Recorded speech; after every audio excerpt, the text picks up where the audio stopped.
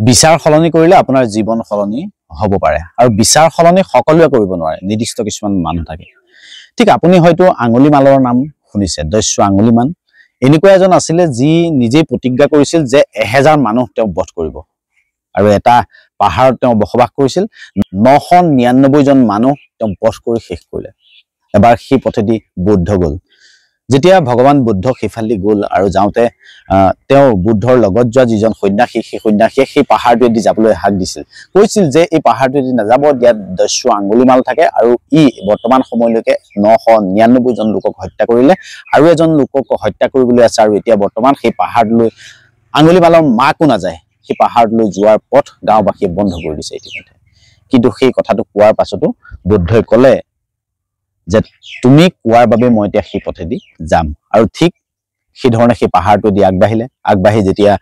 বুদ্ধ গৈ আছে আঙুলিমালে দূৰৰ পৰা দেখিলে যে আজি মোৰ প্ৰতিজ্ঞা পূৰ্ণ হ'ব আজি মই 1000 জন মানুহ বধ কৰাৰ প্ৰতিজ্ঞাটো পূৰ্ণ কৰিব পাৰিম সেই ধৰণে যেতিয়া আঙুলিমালে দূৰৰ পৰাই ভগৱান বুদ্ধক দেখিলে আৰু চিঞৰ মাৰি ক'লে যে সন্যাসী তই তাতে ৰ মই গৈ আছো তই আগ নাবাঢ়িবি অৰ্থাৎ ভগৱান বুদ্ধই কথাটো নামানি গৈ থাকিল যেতিয়া আঙুলিমালৰ ফালে গ'ল আঙুলিমালৰ মুখামুখি যেতিয়া পালেগে তেতিয়া আঙুলিমালে ক'লে যে তই ইয়াৰ পৰা ঘূৰি যা মই সন্যাসীক বধ নকৰ তই ইয়াৰ পৰা ঘূৰি যা নহ'লে মই তোক এতিয়া মাৰি পেলাম মই তোৰ ডিঙি কাটি পেলাম কিন্তু ভগৱান বুদ্ধ তাৰ পৰা ঘূৰি নাহি ক'লে যদি তোমাৰ ইমানে শক্তি আছে মোক মাৰা মোক কাটি পেলোৱা কিন্তু আঙুলিমালে বাৰে বাৰে কৈছে যে মই নাকাটো তই ঘূৰি যা নহ'লে মই কাটি পেলাম তেতিয়া ভগৱান বুদ্ধই ভাবিলে যে নহয়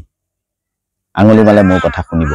সেই কথা ভাবিয়ে তেওঁ ক'লে মোক কটাৰ আগতে তুমি প্ৰথমতে এই গছজোপাৰ ডালটো কাটি লোৱা যেতিয়া একে ঘাপে তৰোৱাল উলিয়াই আঙুলিমালে ডালটো কাটি দিয়াৰ পাছত ভগৱান বুদ্ধই আঙুলিমালক ক'লে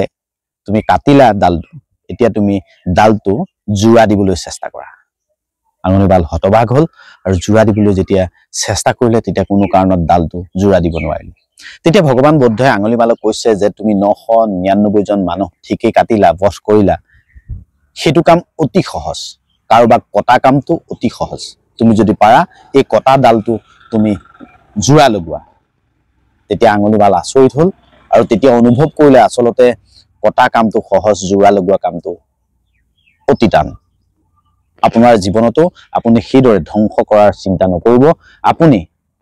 কাৰোবাৰ সংসাৰ কাৰোবাৰ সমাজ এইসমূহ ধ্বংস কৰাৰ পৰিৱৰ্তে সমাজ এখন সুস্থিৰভাৱে পৰিচালনা কৰাৰ বা নিজক ভাল ধৰণে পৰিচালনা কৰাৰ চিন্তা কৰক যেতিয়া ভগৱান বুদ্ধই আঙুলিমালক সেই কথাটো ক'লে তেতিয়া ভগৱান বুদ্ধ আগে আৰু আঙুলিমাল পাছে গৈছে বুদ্ধং শৰণং গোস্বামী ধৰ্মং শৰণং গোস্বামী এই কথা গাই আঙুলিমালৰ পাছে যাবলৈ ধৰিলে কাহিনীটো দীঘলীয়া অতি চমুকৈ ক'বলৈ চেষ্টা কৰিলো বিচাৰ সলনি কৰক যদি আপোনাৰ বিচাৰ সলনি কৰে যদি আপুনি কাৰ প্ৰতি বিৰূপ ভাৱ নাৰাখে যদি সমাজ এখন সংস্কাৰ কৰাৰ মনোভাৱ লৈ আগবাঢ়ে তেতিয়াহ'লে আপোনাক কোনো শক্তিয়ে কেতিয়াও ৰুধিব নোৱাৰে এটা কথা মনত ৰাখিব সকলো ধ্বংস কৰিবলৈ সহজ কিন্তু জোৰা দিবৰ বাবে সমাজ গঠন কৰিবৰ বাবে আপোনাক গঢ়িবৰ বাবে অতি কঠোৰ আপুনি আপোনাৰ নিজক গঢ় দিবৰ বাবে অতি কঠোৰ আপুনি আপোনাক ধ্বংস কৰিবৰ বাবে অতি সহজ সেয়েহে